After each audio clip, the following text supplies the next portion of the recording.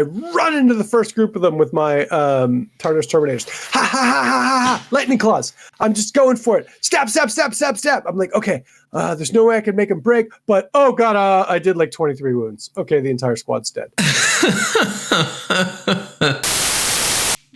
Hi everybody, this is Jason. This is Pete. And this is the Lost Legions podcast. And this day, night, evening, today, in this episode. The whole day. Just cut that out with the magic of editing. You'll never see that in this. We'll just leave that in. That's good. It's rare. Rare enough.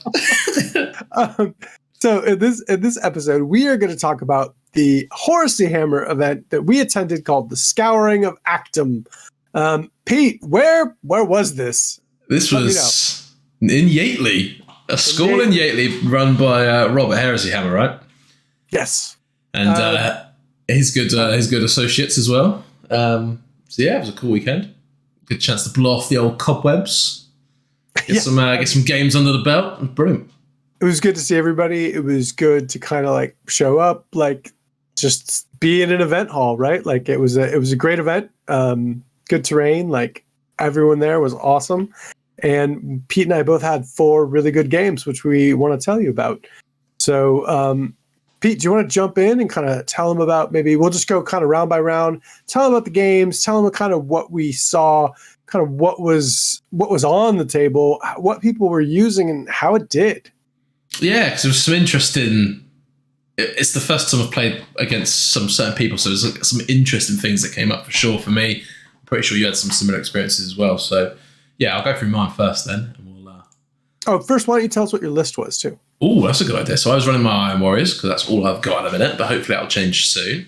But I dusted off my triple Spartans because I thought, you know what? It's nice and friendly to turn up with 3 Spartans with flare shields. That's always a great idea. Fill them with some 20-man tactical squads and a 20-man breacher squad. You're always a gentleman. Couple little, they're fine. A couple little, they're filled with tacticals, which is ironic because I was saying you definitely don't want to fill a Spartan with tacticals a few episodes back. What else did I take? A couple sabers, a couple rapiers. That's pretty much it. I'm trying to think now. Yeah, it was quite a lot hinged on those 3 Spartans doing a lot of heavy lifting, and they did all right, to be fair. Yeah. So going through the games that I played. So let's bring this up. So there we go. Some photos.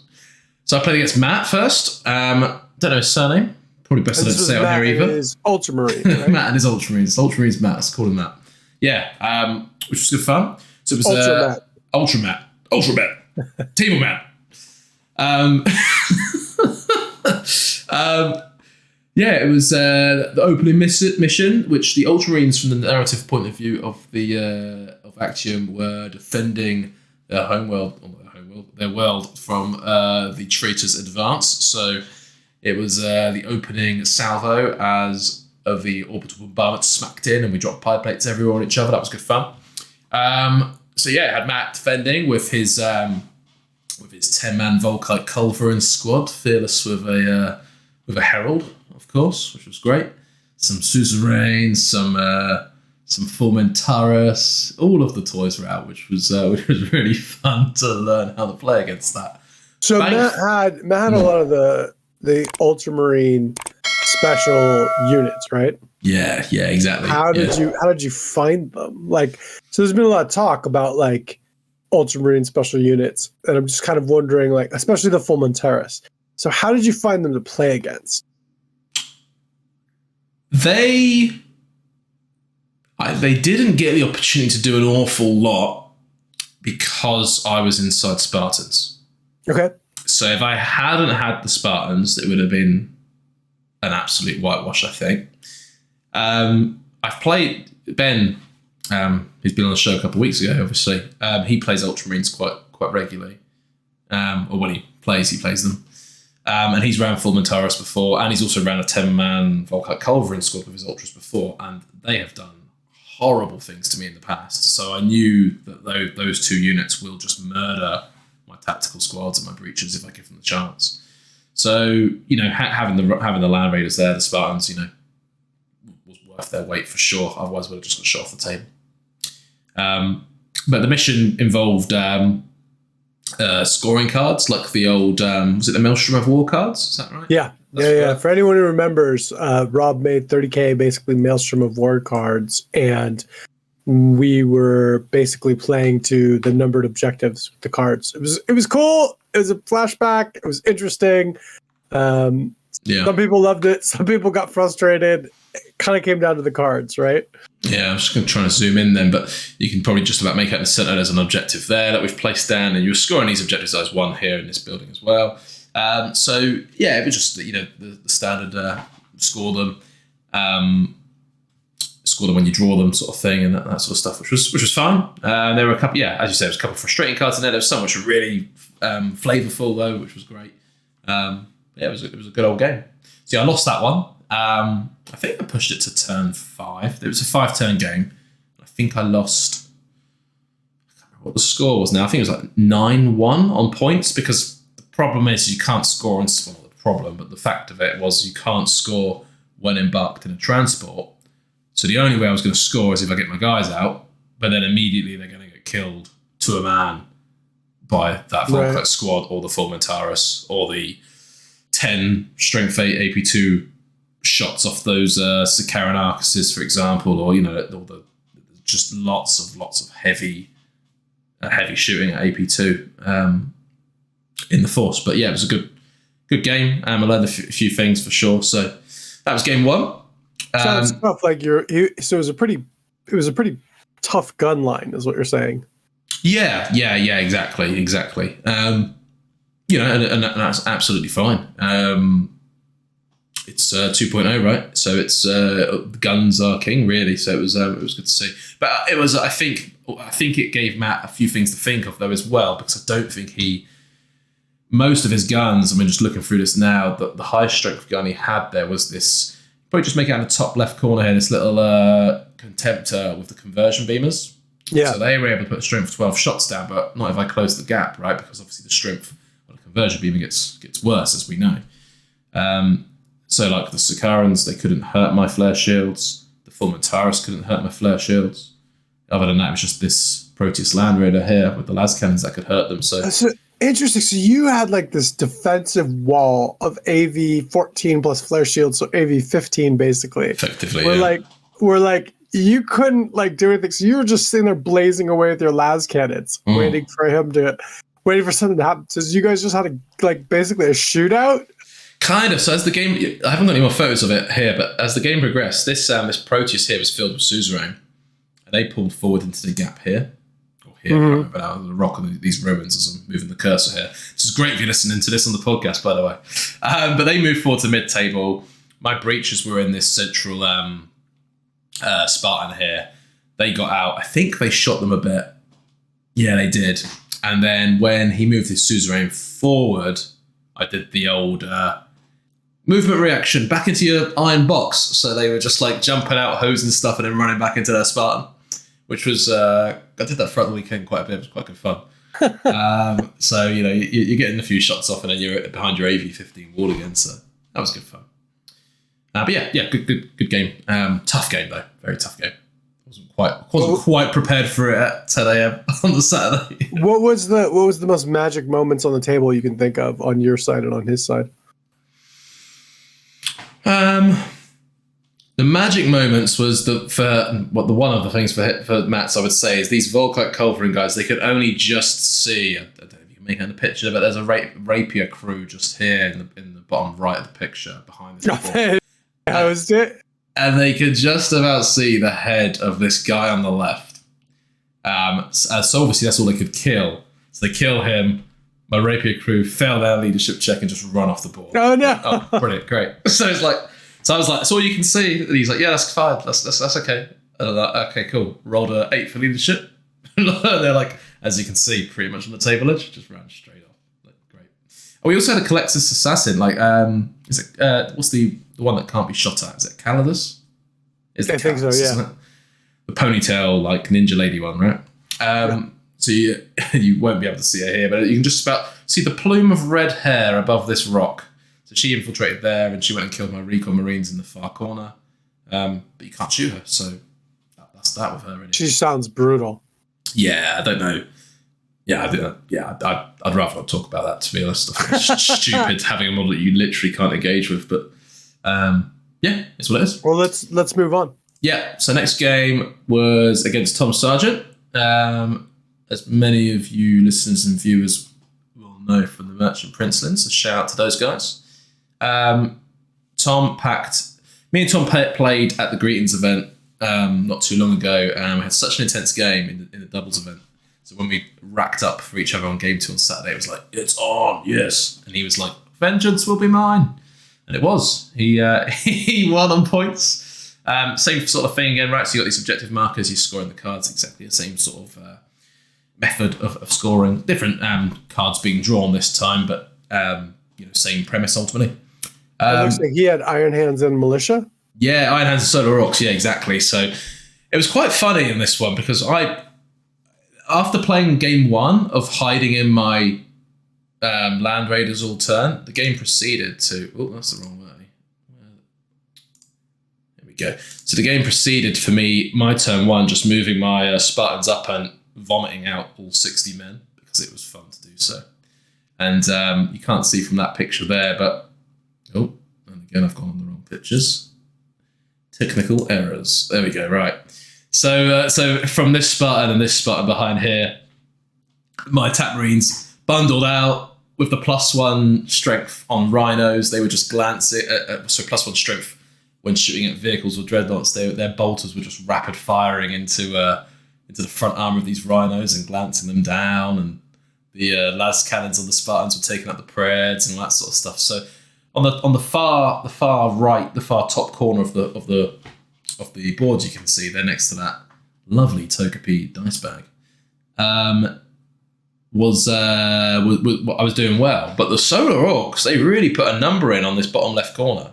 They took out my Sabres, they took out my Recon squad, ended up scoring 3 or 4 objectives down here. So Tom did really well in this bottom left. I did quite well in the top right. Came down the points again, and Tom won again. So yeah. How did you find your las cannons against the Predator chassis?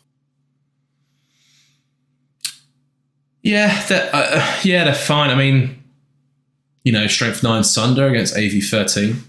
It's, brutal, really. The big thing with this one was it was permanent night fight. Yeah. Yeah, we played the same thing on mine. And Searchlights, what are they called? Not all specs. Augury scanners, all of that stuff didn't work either, which it just seemed to make the game longer, right? So as much as I love the fact that it was like permanent night, it was great, everything was just equally worse, so everything was just taking a bit longer. But it was interesting because it meant that your squishy stuff could run up as well. So, for example, down the bottom right here, Tom's lovely Lehman Russ Vanquisher, which is like a tank hunting ace gunner guy, was hitting on 5s for the whole game. Oh man, -1 to hit, right? So he's basically got a looter in there, just driving it, like trying to hit something. Matt and I kept saying we're just like regular like Imperial Guard mooks now, like because everybody was hitting on force. That was the thing about that rule, is it was cool at first, but then it was just basically like everybody was one worse ballistic skill. So like you said, it made the shooting just longer. Yeah. I think in retrospect, like maybe having that like nothing works and having it just turn 1 and 2 would be like quite cool or something, and then lift like turn 3 or something like that. Assault. Yeah, just like that or something like that. Yeah, or maybe just make it that it's always nighttime, but your searchlights and augury scanners still work. Like that would be cool, because there needs to be. It's just if everything got worse altogether, if that makes sense. So there was no real Night change. Lords. My Night Lords in me was like, but Prey Sight still works, but there was no Night Lords there. Yeah. So that was that. Oh, he did have. You can't see because the picture's not the whole board, but in the back right corner behind his entire tank wall was a Vindicare assassin. So I played 2 assassins back to back, which is really fun. Interesting. How was the Vindicare? Was it okay? So he's BS8, and he ignores night fighting. He has night vision, or whatever it's called. So he was great, and he gets like a rending, murderous strike. I think it's a 3+ sniper shot, right? So he just like takes out whoever he wants, basically. Like precision shot. I'm assuming. Yeah. And my warlord was in the open. You'll see on this next photo. So my warsmith he's in this northern blob up here somewhere. And he goes to snipe him, rolls a 1 that hit at BS8. He's like, okay, I can do it on a 4-up, rolls a 1 that hit. Just like, and I think Tom had the card like assassination or something, like scored so many victory points for taking out an enemy character or warlord or whatever it was. It was like we'll get to my game against Chris, but like this exact same thing came into play and won me the game. Yeah. Okay. Good. Yeah. So yeah, but it was me and Tom. It was great to play against him again. And all those vehicles were lovely to see on the board. So this was game 3 on the Sunday morning. So we went back to mine, didn't we, with some other friends, Ian and James, and had some pizzas and a couple of beers in the night. It was nice. And we drove back up the Yateley, because it's not that far. It's only about an hour away on Sunday morning. Pulled in, played James and his iron hands. And the last time I saw James, he was a lovely, he still is lovely, but a lovely young man with a lovely Space Wolves army, and had a lovely, nice, happy-go-lucky lists. And I think he's had a couple of children since then or something. I'm pretty sure he's got 2 children now. And I think he's like, yes, I get to now play Warhammer very infrequently. And he took the Iron Hands with all of the toys. So he had the Graviton Shredders. You know what they do, Jay? No, what are the... They're Assault 2 Grav guns. Okay. So you see this Ryan at the front here? That's just with, I think, 10 Graviton Shredder guys, so 20 Grav hits or something crazy, right? Assault, so they can move and fire, right? So your Spartans didn't last very long, is what you're saying. Well, that Rhino went bang turn 1 because it had to, right? Yeah. It had to slow their advance. Thankfully, it was hammer and anvil deployment, so it meant that I could sort of funnel him in, if that makes sense. He had a 10-man las cannon squad, a 10-man Volkite Culverin squad, some Iron Hand Bikers, 2 Contemptors, a Boxnaut, a Leviathan Dreadnought. So how were the Iron Hand Bikers? Were they okay? Because I know they were absolutely fine. Yeah, they were absolutely fine because they weren't T6, right? They were pseudo T5 still. No, but what I'm saying is that like a lot of crap has been talked about bikers not being worth it because they are T4 now with a 3-up armor save, even though they have 2 wounds. So Iron Hand Bikers feel pretty good. Yeah, I reckon they're probably still just about worth it, I'd argue then. Because they're like, pseudo T5, they can move real fast. They get their 5-up shroud if they've moved 12 or whatever it is, isn't it? Something along those lines. They aren't as good as they used to be.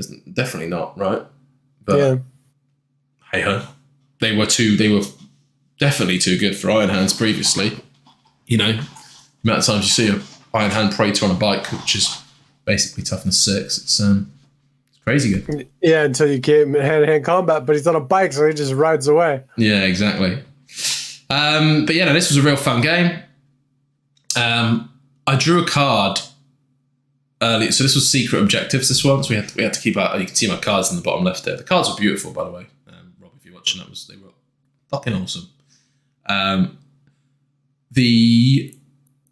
My secret objective was like score 2 victory points for every dreadnought you kill this turn. So I'm like, well, I can't kill multiples in one turn because I haven't got enough shots. So for like turns 1 and I think turn 2, I just was reducing all the dreadnoughts down, like trying to get them down to like 2 or 3 wounds. So then I could like in one turn be like, right, kill that one, kill this one, kill that one, kill this one. So I tried this like massive plan. I think I got 2 of them.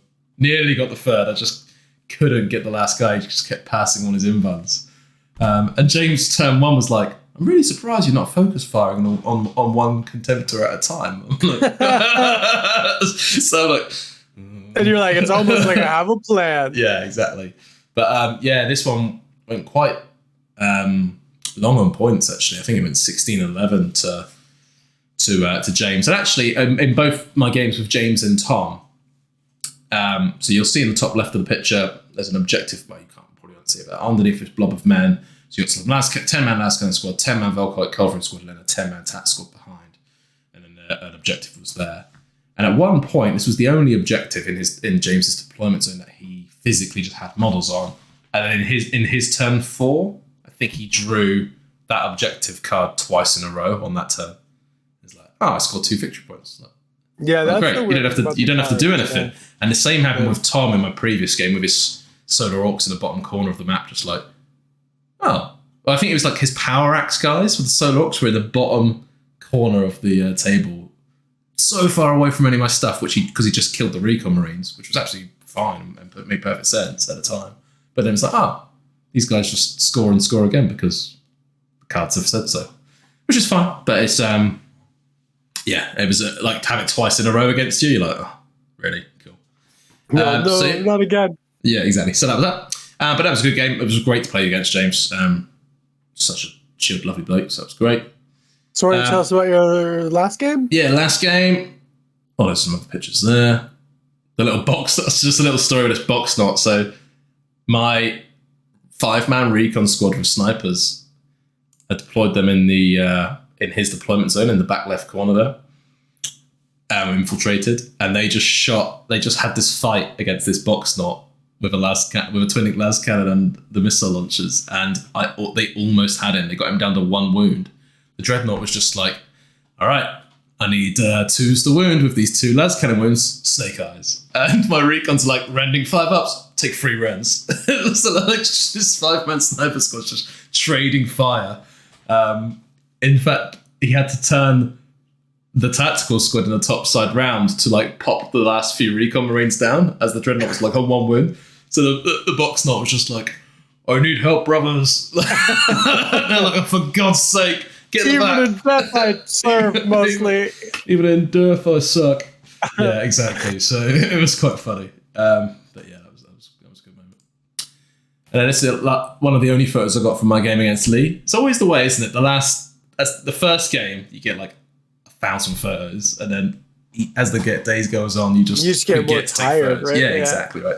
So who was playing? Lee was playing his word. Lee Jagged, right? yeah, from Heresy Hammer, obviously. So yeah, it was. I hadn't played Lee for years, like 4 or 5 years. So it was great to play Lee. He had his word bearers, and I tried something. I thought I'd upload this picture in particular because it was quite interesting, and I haven't done this yet. So a bit about his list then. So he had a couple of Contemptors. He had a high elite list. I don't think he gets a lot of time to paint. So it's Pride of the Legion, some Terminator squads, some Castellax allied in, taken in with a, what's the HQ console that can take robots? What's his name? Oh, the Pravian? Yeah. Oh, no. Yeah, that guy, I think. Okay. Yeah, anyway, that guy. Answers on a postcard. He had some Gal Vorbak, some laser rapiers. That's pretty much it. And his Contemptors and this Leviathan. This Leviathan, we always talk about the Cyclonic Melter or these cannons, whatever they're called. Storm cannons. Holy crap. First round of shooting, 5 hull points off my Spartan through the flare shield. I like storm cannons. I think they're the unsung 2.0 thing for Leviathans now. Second round of shooting, reacts back at my Spartan, my other Spartan, 4 wounds off that one. So I've got 1 Spartan, you can just about make them out in the bottom corner of the picture here. It's one on the right on 1 hull point left. This one on 2 hull points left and a weapon. Yeah, because it's 5 up rending, right? 5 up rending with Sunder. So you're just like, because you're getting the rerolls, right? That's the crazy thing. So it's just glancing through everything. Then he did his Phosphex Charger on this blob squad and then just put all of his guns into him. He removed 14 attack marines in one round of shooting on turn 3 or something. Crazy amount of output. Anyway, he was pretty good. But what Lee did is he moved this first Contemptor to there, and this tactical squad then movement reactioned back into the Spartan. Okay.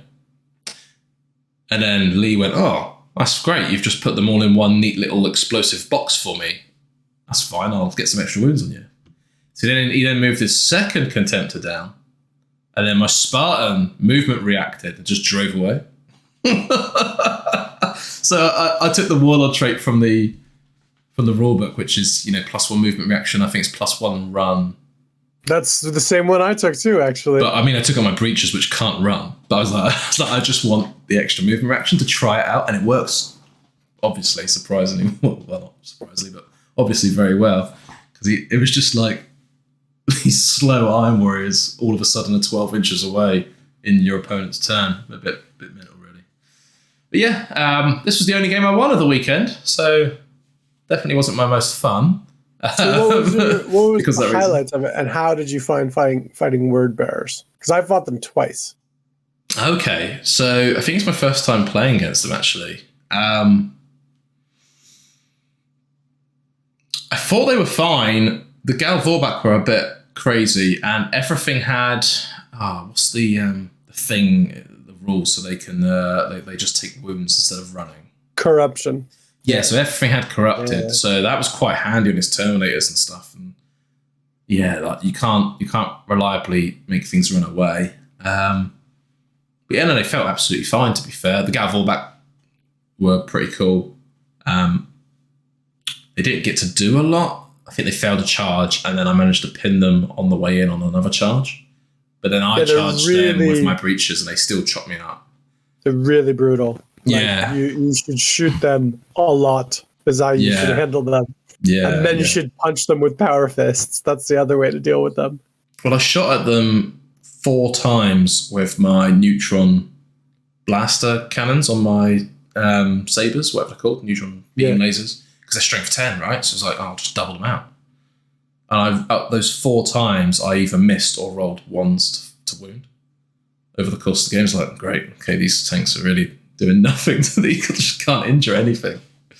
That's the story of the weekend, really. I had one point where I was shooting those Iron Hand bikers again with some las cannons off of the Spartan. I rolled quadruple ones to wound. Like, okay, they live. So how did you find not having an elite combat unit? Because you basically took all dudes. Like you took breachers, you took tac marines, like, and you don't, in your list, you didn't have like an elite hard hitting like Terminator squad or anything. How'd that feel? It doesn't feel good. It's more of a case of I'm kind of done with them and I want to start another project, so I don't really want to add anything more to them, if that makes sense for now. Yeah, it's obviously with the event, but I've been planning coming around the corner a couple weeks' time or 2 weekends' time from now. All of my hobby time has been going into that, really. So I don't want to just add more units or whatever. So I'm keen to crack on with another project and make it a bit more of a close combat army. Because you do end up missing quite a big part of the game. And it is fun shooting stuff, close quarters and wrecking everything. But the minute someone gets in, if that breacher squad falls, I've then just got tacticals, and that's that. And then they will just fold, right? Like units. Yeah, exactly. And the breaches, there's a couple of thunder hammers in there. There's a couple of power weapons. The las cutters can be used in combat. They've all got 5-up invuns, so they're kind of tough, but they're not very hard hitting, if that makes sense. So it was just one of those, really. They did. I kind of want them to get in combat with dreadnoughts, though. They're good for that, because I've got a graviton. Grav mace, haywire mace, which does the job. So, there's a few things like that. But yeah, all in all, some great games. Good little event, really. Good little venue, all the rest of that. Just nice to get out and play some goddamn games. Talk about yours. Cool, yeah, let's jump over to mine really quick. So, here we go. So this was my first game on the second day versus Chris. So what did you...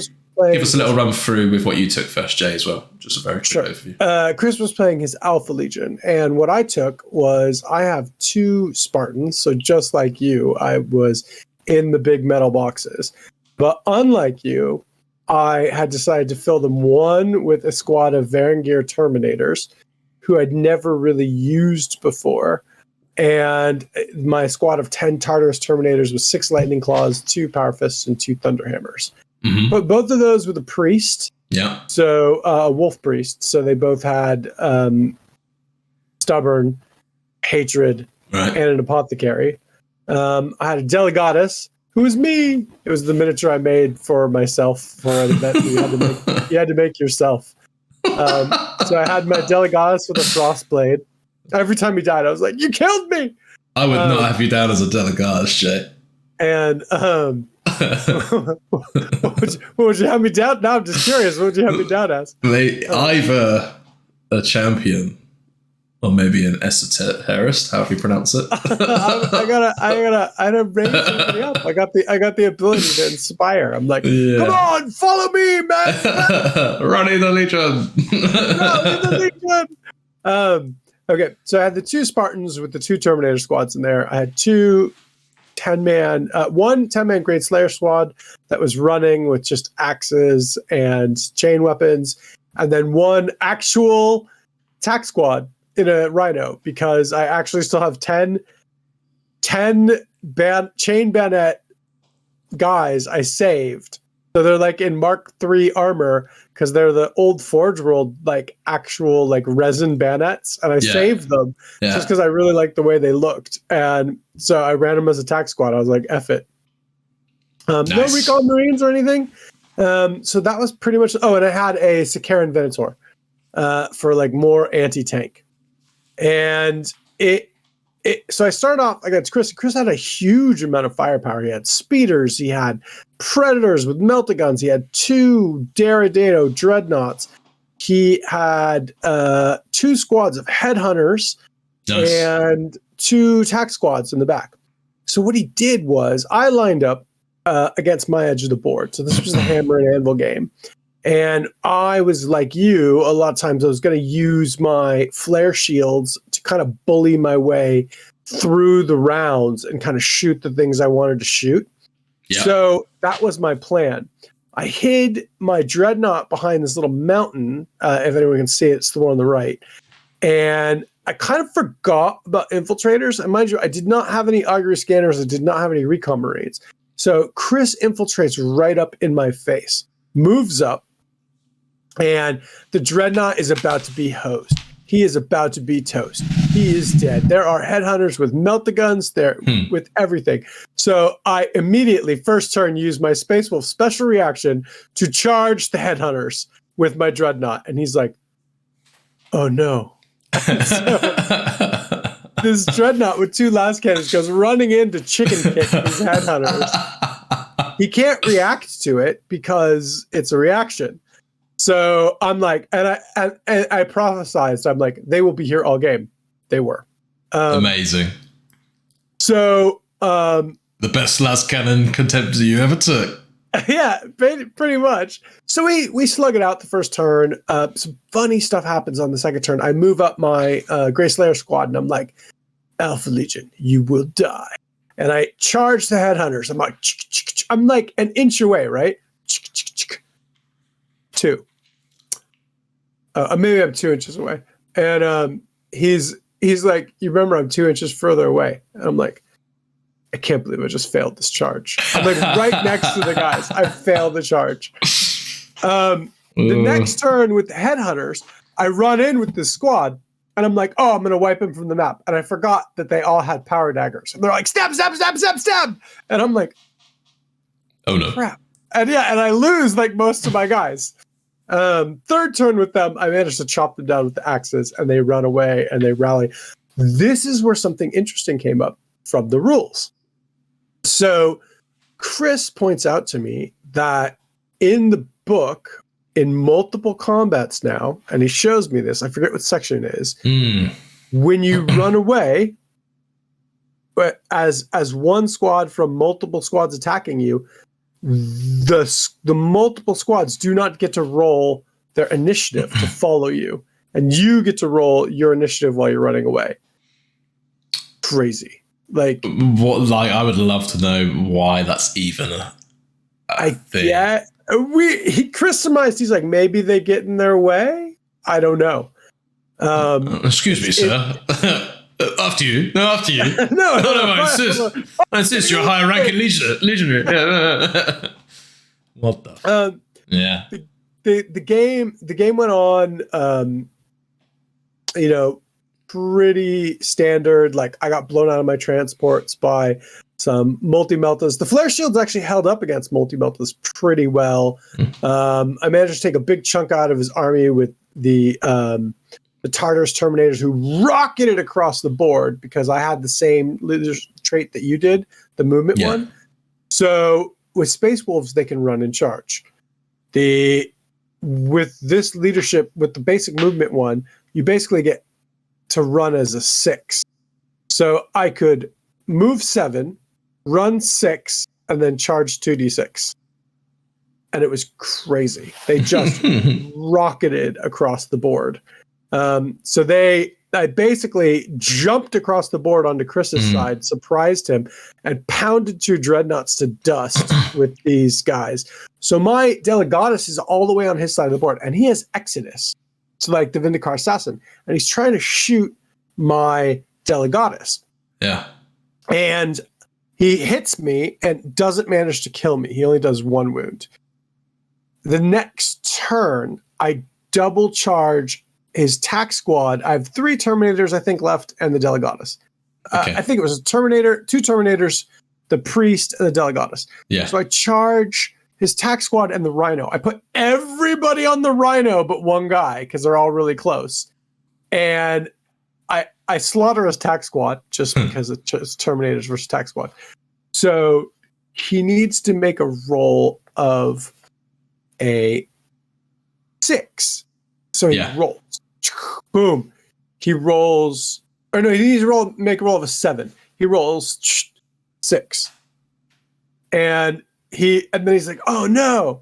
He's like, I'm going to break. And he's like, oh, I have a Vexilla. I tie. I'm like, yeah. He's like, yeah. And I'm like, you can't shoot me now. He's like, no. he had the card.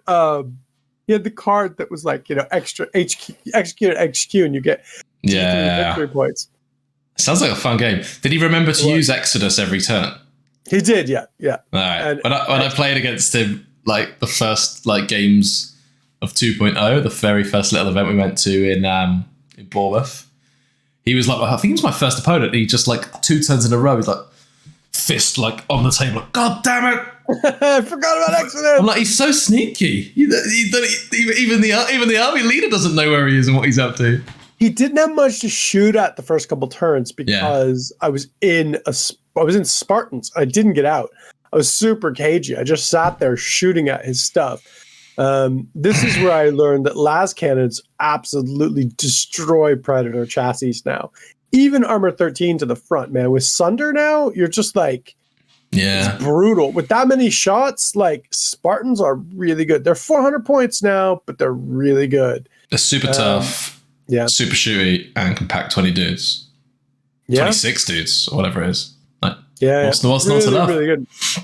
Let's jump on to the next game. Oh, and I will say I found the Alpha Legion fun to play against. Their trait is super, super interesting. I love their smoke bomb reaction. Chris used it in this to move his Terminators around. All in all, they're a good, tough opponent. So, I mean, if anyone has Alpha Legion, they're great. Really good. Let's move on to the next game.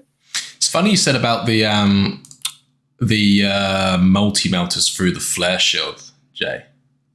How it was doing all right. Because what is a multi-melt? Is it 7 is the average on 2d6 rolled? Yes. It is, right? Yeah. It is it? Yeah, it must. Yeah. So it'll just glance. Yeah. So on the averages, you're going to glance, right?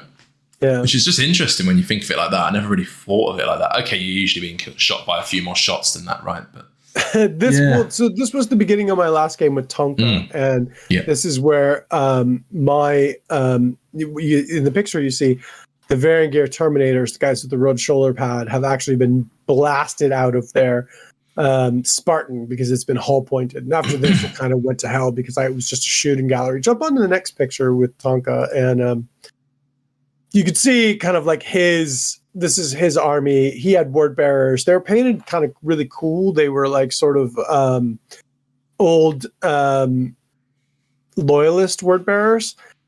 He was running, and I forget what it's called, the Rite of War, that basically gives you a chaos boon. So he picks a squad. Once he kills it, he gets like +1 weapon skill, +1 strength, +1 something else to a squad, and he keep putting it on the squad, and the squad gets absolutely ridiculous. Like his Praetor was like weapon skill 8 at one point. Amazing. Didn't matter, and I'll tell you why. So basically, he had a whole bunch of firepower.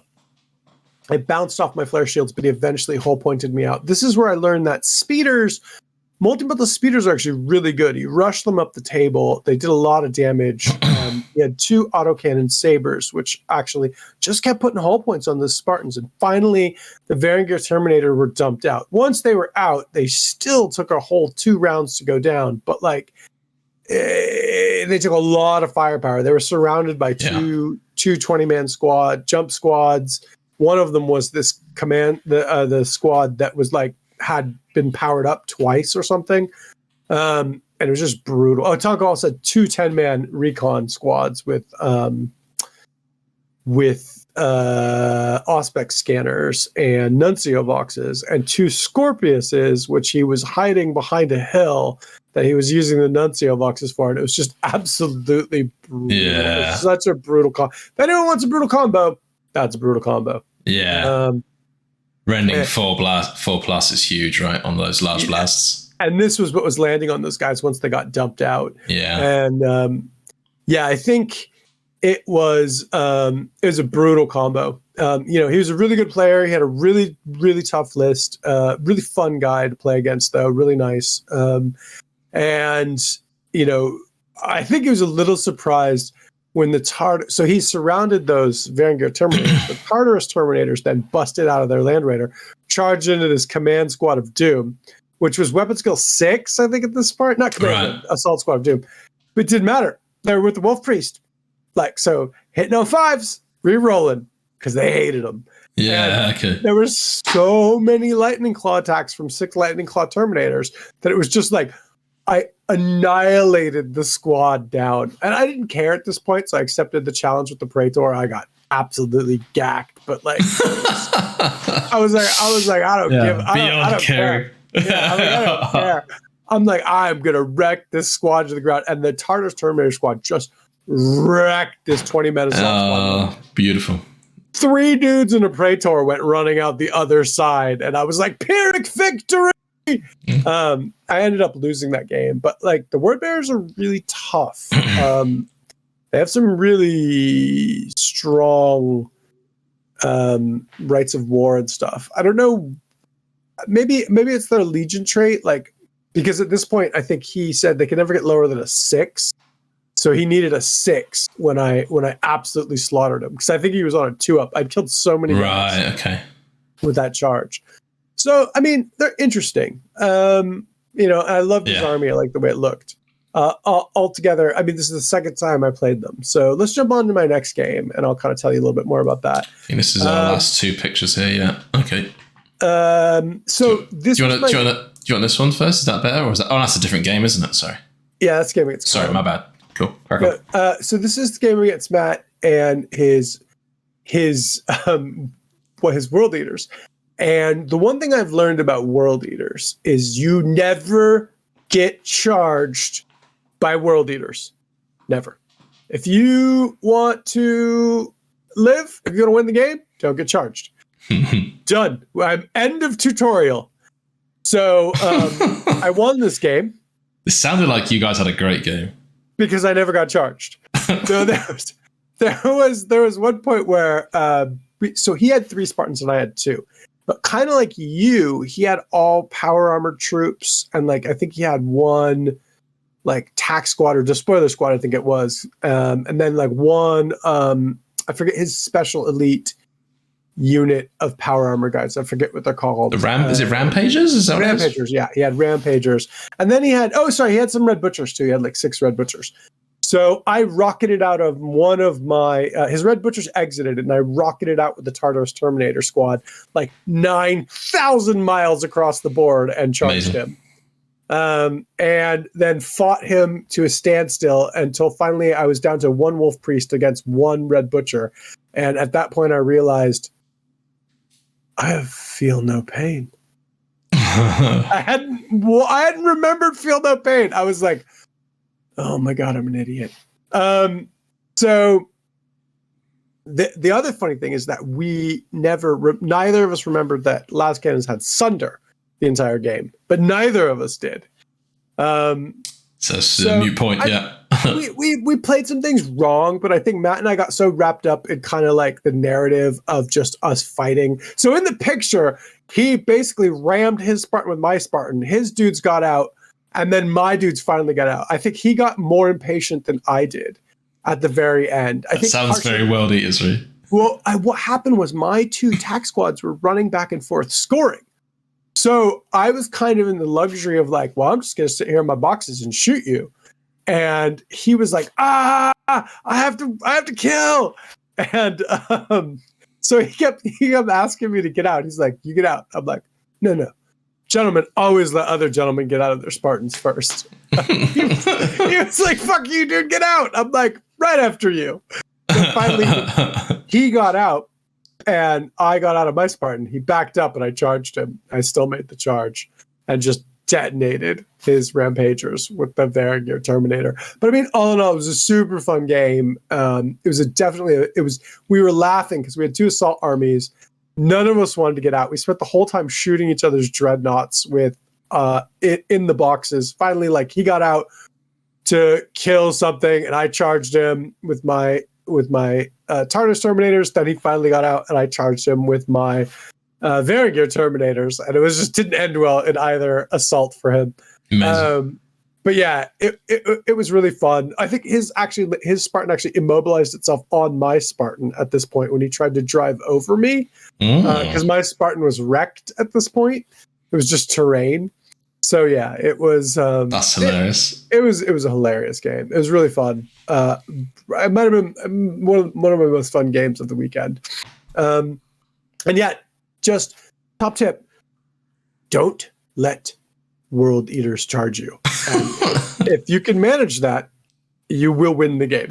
That is my pro tip for fighting World Eaters. Next game. Take from them everything, but give them nothing, right? Exactly. Just back up, and just when they call you a coward, you go, "That's right. Yep."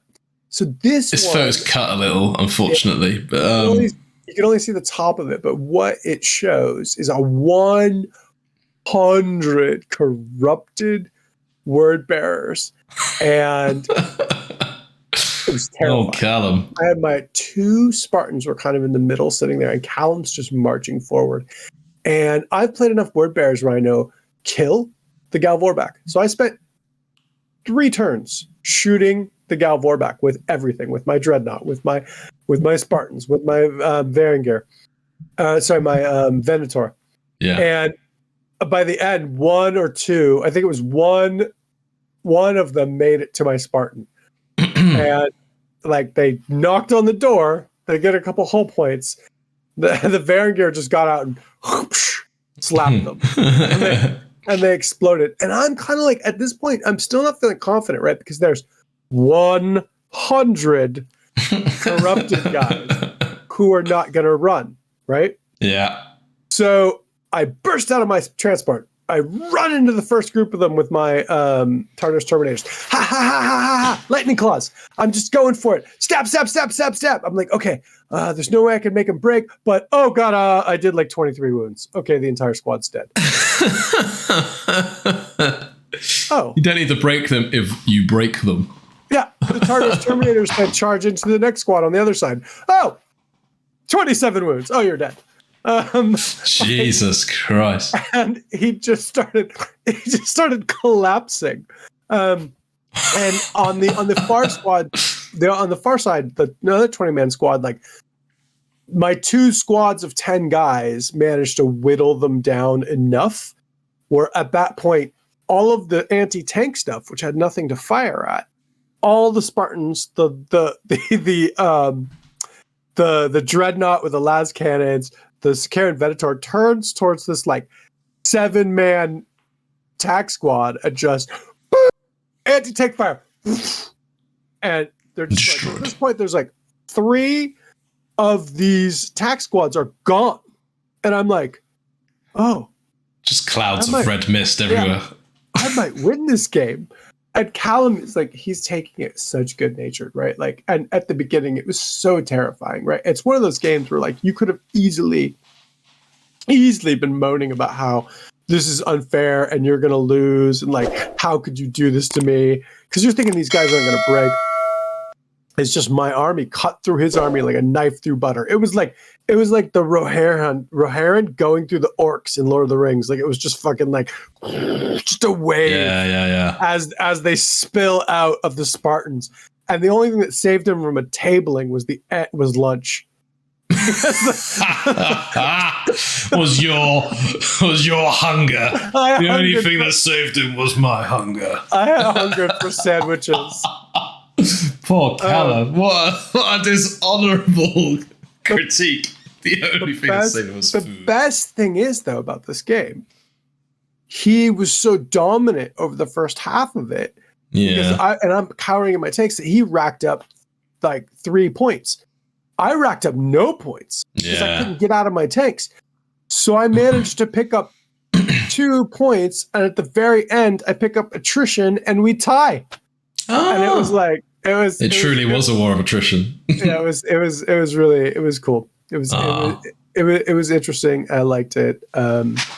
Overall, I have to say the Space Wolves are much better than I thought they were. I've just been kind of playing them. I mean, I love them, right? They're my first Legion. I was kind of playing them while I got ready for my 2.0 Legion, which was Night Lords.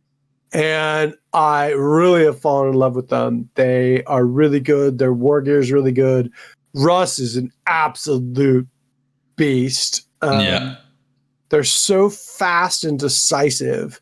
I find them interesting. Their special units are good. The Varangier Terminators, while they kind of need to be set up because they require a transport, they need a whip to get where they're going. They're brutal, man. Yeah. And